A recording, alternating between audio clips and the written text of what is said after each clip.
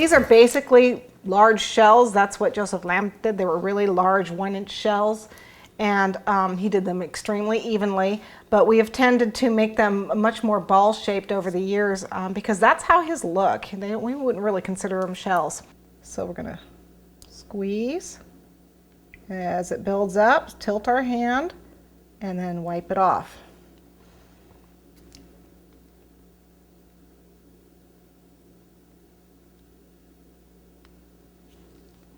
And you want them to just touch because we need the rings. We need it to hold the rings.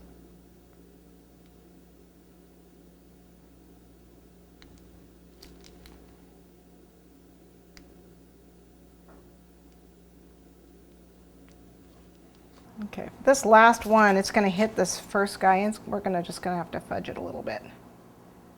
It's just going to hit it, and it's okay because we have a ring that's going to go in here. Oops, the rings that we made earlier with our tip 5, they're going to go in here between these two. Now, you want to make sure that when you add your rings, they're all going to be the same angle. Okay, so I've got a bunch of them here that we need to put in.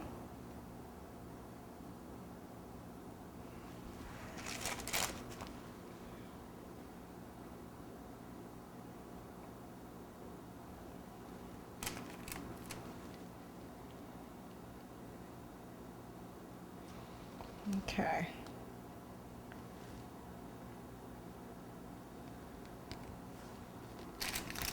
And they just go right between where the puffs touch each other.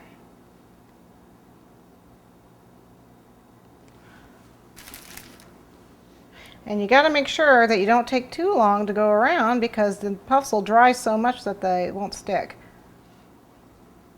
Now you can go back if you do have a couple puffs that don't touch, go back with a number 2 tip or a number 4 tip and just squirt a little bit on top or in the inside so that you've got some frosting in there to help make them stick.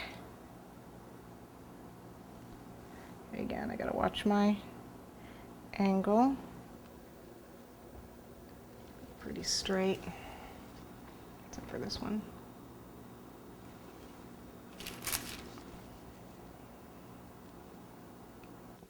Now that we're done putting in our rings, we're ready to go ahead and do the string work that's going to go on the side of our cake.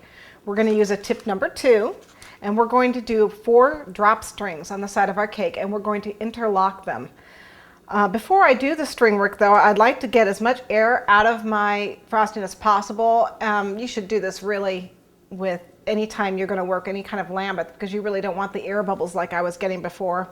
But I particularly want to do it with my strings because I don't want them falling in my already finished work. So to do that, normally you could actually just do it on a countertop, or in my case I'm going to do it in a bowl. What you do is what they call paddling. You paddle it back and forth to try and get all the air bubbles out.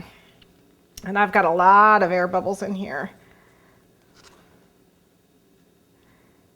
And as you press and you paddle back and forth, you'll see a lot of the air bubbles pop. And you want to do it slow because you don't want to incorporate more air into it as you do it. Okay. And also, because this is string work, I also want to put a little bit of gel into my frosting because it helps it with breakage. Again, you can do this when you do the lattice work down below.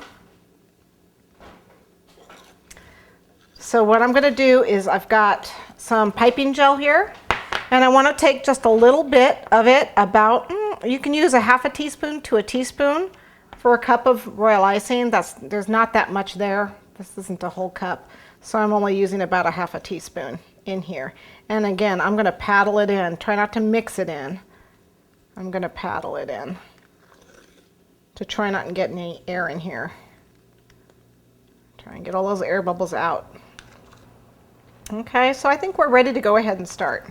Let me load my bag up.